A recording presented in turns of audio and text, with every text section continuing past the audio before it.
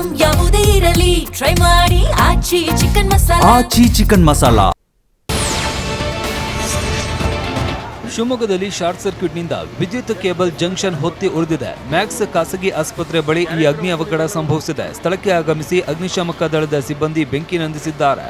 Jayanagar police ಠಾಣೆಯಲ್ಲಿ ಪ್ರಕರಣ ದಾಖಲಾಗಿದೆ. ಪೊಲೀಸರು ಅಂತ ಮನೆಗೆ ನುಗ್ಗಿ ಖದೀಮರು ದರೋಡೆ ಮಾಡಿರುವ ಘಟನೆ ಬೆಂಗಳೂರಿನ ಬಿಇಎಲ್ ಬಡಾವಣೆಯಲ್ಲಿ ನಡೆದಿದೆ. ಹೊಂಬಾಳೆಗೌಡರ ಮನೆಯಲ್ಲಿ ಗನ್, ಚಾಕು ತೋರಿಸಿ 20 ಲಕ್ಷ ನಗದು, ಅರ್ಧ ಕೆಜಿ ಚಿನ್ನ ದೋಚಲಾಗಿದೆ. ಎಸ್ಐ ಹಾಗೂ ಕ್ರೈಮ್ ಪಿಸಿ ರೀತಿ ಯೂನಿಫಾರ್ಮ್ನಲ್ಲಿ ಬಂದ ಇಬ್ಬರು ಈ ಕೃತ್ಯ ಎಸಗಿದ್ದಾರೆ. ಪತ್ನಿಯ ಮೊಬೈಲ್, ಸಿಸಿಟಿವಿ, ಡಿವಿಆರ್ನ ಕೂಡ ತೆಗೆದುಕೊಂಡು ಎಸ್ಕೇಪ್ ಆಗಿದ್ದಾರೆ. ಬ್ಯಾಡರಹಳ್ಳಿ ಠಾಣೆಯಲ್ಲಿ ಕೇಸ್ ದಾಖಲಾಗಿದೆ.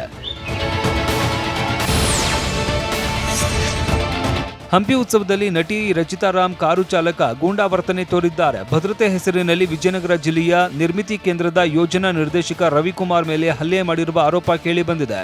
ಹಂಪಿ ಉತ್ಸವದ ಸಮಾರೋಪಕ್ಕೆ ನಟಿ ಆಗಮಿಸಿದ್ದ ವೇಳೆ ಘಟನೆ ನಡೆದಿದೆ.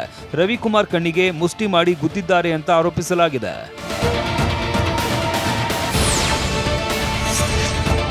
ಹಾಸನದಲ್ಲಿ ಯಶ್ ತಾಯಿ ಪುಷ್ಪ ಸೈಟ್ ಪ್ರಕರಣ ಸಂಬಂಧ ಪ್ರತಿವಾದಿ ದೇವರಾಜ ಪರ ಬಂದಿದ್ದ ಆದೇಶಕ್ಕೆ ಕೋರ್ಟ್ ತಡೆ ನೀಡಿದೆ.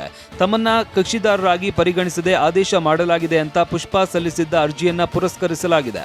ದಾವೆ ಇತ್ಯರ್ಥದ ತನಕ ಜಾಗ ಪರಭಾರೆ ಮೂಲ ಸ್ವರೂಪ ಬದಲಾವಣೆ ಮಾಡದಂತೆ ಹಾಸನದ 4ನೇ ಜೆಎಂಎಫ್ಸಿ ಕೋರ್ಟ್ ಆದೇಶಿಸಿದೆ. ಹುಬ್ಬಳ್ಳಿಯ ಸುಪ್ರಸಿದ್ಧ ಸಿದ್ಧಾರೂಢರ ಮಹಾರಥೋತ್ಸವ ಅತ್ಯಂತ ವಿಜೃಂಭಣೆಯಿಂದ ನೆರವೇರಿತು. ಅದ್ದೂರಿ ರಥೋತ್ಸವದಲ್ಲಿ ಲಕ್ಷಾಂತರ ಭಕ್ತರು ಭಾಗಿಯಾಗಿದ್ರು. ರಥಕ್ಕೆ ಉತ್ತತ್ತಿ, ಬಾಳೆಹಣ್ಣು ಎಸೆದು ಭಕ್ತಿ ಸಮರ್ಪಿಸಿದ್ರು. ಭಕ್ತಾದಿಗಳಿಗೆ 1 ಲಕ್ಷ ಸೆಟ್ ದೋಸೆ ವಿತರಿಸುವ ಮೂಲಕ ಭಕ್ತರು ಸಿದ್ಧಾರೂಢರ ಸೇವೆ ಮಾಡಿದ್ದಾರೆ.